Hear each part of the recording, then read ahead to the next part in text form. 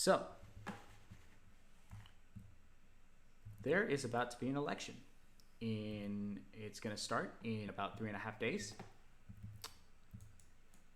And I apologize in advance. This video is not as well prepared as the previous two, and I just don't have time to edit these videos, so I'm exporting these straight to Twitch. So if any of my thoughts are disjointed, I apologize in advance.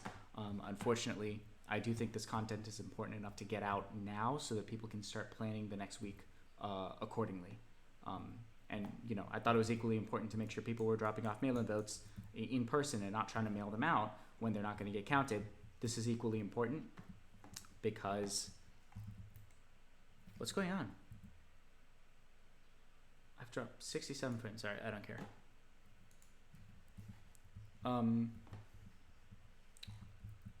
Okay. Protesting could actually do something in this election cycle. Part of the reason that we're supporting Joe Biden broadly as the left is that not because we agree with his politics, not because we think he's an actually good candidate for president in a vacuum, but rather because he's better than the alternative, and you should always vote for the less bad alternative once you have two choices, because ultimately you're going to have an outcome for the next 4 years. You want to make it as good as possible just to avoid harm to real people. But the second reason that you vote for Joe Biden is that a Joe Biden presidency is a Democratic presidency, and a Democratic presidency contains a variety of people, many of whom are very much interested in the interests of marginalized people and the working class.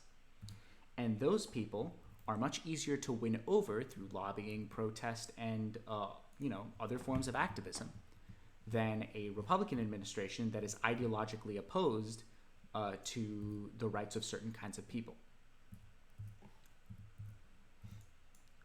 So, in a vacuum, one would say protesting Republicans doesn't work. That's part of the reason that we vote Democrat, because protesting Democrats can work because there are elements of the Democratic Party that genuinely do care about the stuff we protest about, while there are no elements of the Republican Party that care about what we protest about. No elements of conservatism, broadly speaking, generally. And I think conservatives have done a fantastic job of exemplifying that in this election cycle when they chose to stick by Trump despite him being an aberration, or not an aberration, despite him being a perversion of all of the values that they claim to stand for.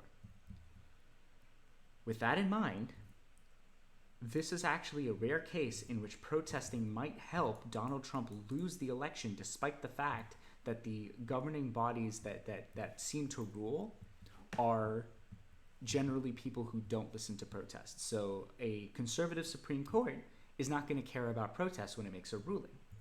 A conservative Senate is not going to care about protest when it chooses to appoint a federal, when it chooses to seat a Supreme Court justice, 1 week before an election, despite the fact that it said in the last election that you should never seat a Supreme Court justice in an election year.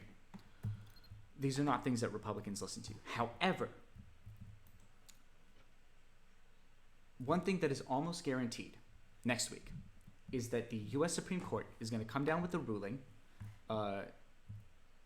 where it says, we have looked at all the materials, we have examined all of the precedent, and we have decided that it is not conducive to our democracy to allow mail-in votes that are postmarked before Election Day, which has always been the rule, or before or on Election Day, which has always been the rule.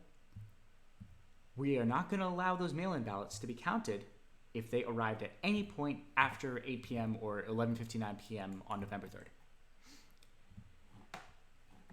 Now, this has no legal precedent, but they have the political means to get away. They have the political wherewithal to get away with it, right?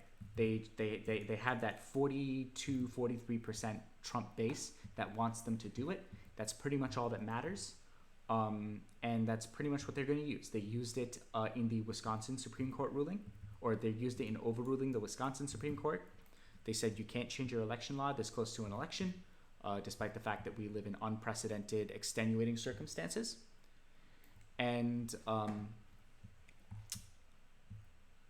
and they will use whatever they can to justify the decision that gets the person who appointed them reelected. The people who might listen to protest, however, are the people counting the votes. So there are statutes in US law that dictate that administering an election and counting votes is entirely the prerogative and the purview of the state administering said election. So there is a strong legal argument that even if the US Supreme Court orders a Pennsylvania County Board of Elections in Philadelphia or Harrisburg to throw out mail-in ballots that were received after November 3rd, that County Board of Elections does have some legal cover with which to say, you have no jurisdiction over how we administer our elections. The Pennsylvania Supreme Court told me to count these ballots, and they are the ultimate authority on how we administer our elections, and you have no authority to overrule us. And ultimately, if the state election officials basically say, the Pennsylvania Supreme Court made this ruling, the US Supreme Court has no jurisdiction, we're going to count these ballots and report them, there's really not much of a mechanism with which for a federal government entity to force them to reverse that decision. Because, I mean, it can literally be as simple as Pennsylvania Supreme Court decision is final, and as a county board of elections going in and being like, oh, whoops, I accidentally mixed all of those ballots together because according to my state Supreme Court, all of those ballots are valid ballots as long as they were postmarked by November 3rd. And, you know, and you can even make the cover of like, hey, if they weren't postmarked by November 3rd, we can easily sort them out because we can see where the postmark is. So like, even there's no possibility of within that law frame, which I don't agree with the law that says ballots postmarked after November 3rd shouldn't be counted. I think election season should be longer than that and probably more forgiving than that, but who knows, maybe. Like, I do think that elections should have deadlines, obviously, because eventually you have to count votes. So maybe I do agree with that, but that's a tangent. The point is, they have every ability to guarantee that all votes postmarked by November 3rd get counted and make it impossible to stop them from counting them. All they need is the political cover, and that political cover comes in the form of protests. Direct action can get state and county boards of elections to supersede the Supreme Court's, not supersede, to disregard the Supreme Court's purported authority over state elections and basically say, these are our elections, we choose how we administer them.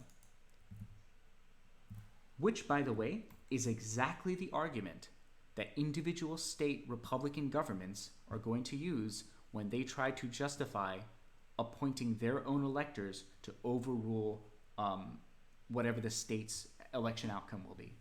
So what you also want to look out for, this is a bit of a tangent, but one thing that we're going to be looking out for is some state government like Florida getting into a too close to call scenario in which Biden is either palpably ahead or has a significant chance of winning and saying, it is November 28th, we need a winner. The government is pressuring us for a winner. We're just going to appoint a bunch of electors to go vote for Donald Trump because X, X, and Y cherry-picked justifications for why Trump actually won Florida.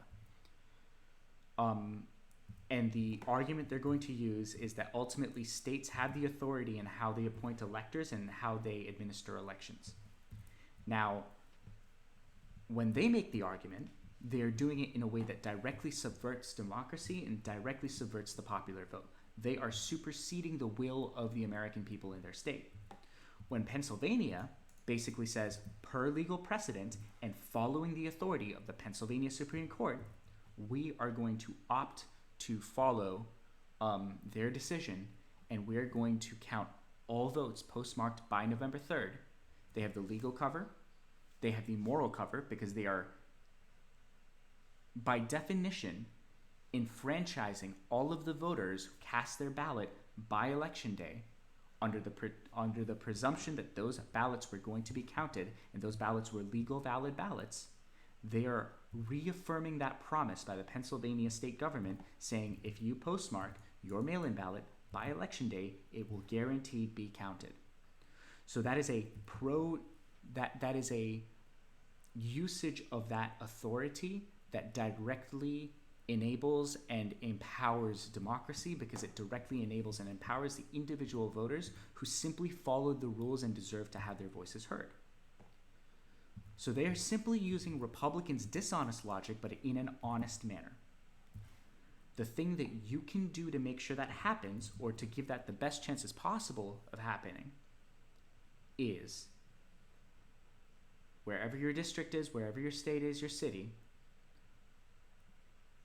if we get to Wednesday and there is no clear winner in the election, there's no clear winner in Pennsylvania, in Wisconsin, in North Carolina, in Ohio, in Florida, and the Supreme Court tries to basically say, if it came in after precincts closed, don't count it, you get out in front of your election precinct, in front of your county board of elections, in front of your municipal clerk, whatever state you're in, whatever they call the person counting the votes, you get out there with a crowd of people, you hold up signs and you chant, you will count our goddamn votes. Because in theory, but only if we exercise that theory into practice, there is legal cover for states saying, fuck you, to the federal government and to the U.S. Supreme Court, and saying, this is our jurisdiction, these are our elections that we are administering, and we will make fit to administer them as we see fit, based on how best to honor the ideals and spirit of our democracy, which is exactly what they'll be doing if they insist upon counting votes, any vote that is submitted and postmarked by the deadline that was given when the election law was passed, and then upheld summarily by said state Supreme Court. So whatever state you're in, whatever district you're in, whatever county you're in, be ready to be outside of whatever area is counting votes and tell them, you will count our goddamn votes. Because they do have, in theory, only in theory, unless you give them the legal cover to exercise it, they do have the legal authority to disregard the false and anti-democratic rulings of an ideologically driven Supreme Court that is trying to actively suppress your votes. We covered in the previous videos how the U.S. Supreme Court is actively trying to suppress your votes by pulling a bait and switch by saying, we're not going to decide on this law, so presume that it's the law when you mail out your vote, and then we're going to say, turn around and say psych and tell you your vote doesn't count. That is what Republicans doing. Don't let them get away with it. Get in front of your BOE, get in front of your municipal clerk. Hopefully, we, this is like knock on wood, we get good news on either Florida or Texas, and everyone can go to sleep on November 3rd just feeling a little bit decent about, a little bit hopeful, a little bit optimistic, and a little relieved for the first time in, for the first time in 4 or 5 years. But don't bank on it. Get whatever protest essentials you've got, fill up some water, get your masks ready, make sure they're washed. Be prepared to do socially distancing activism, because for the first time under a Republican government, protesting might work, and it might actually be the thing that beats Donald Trump.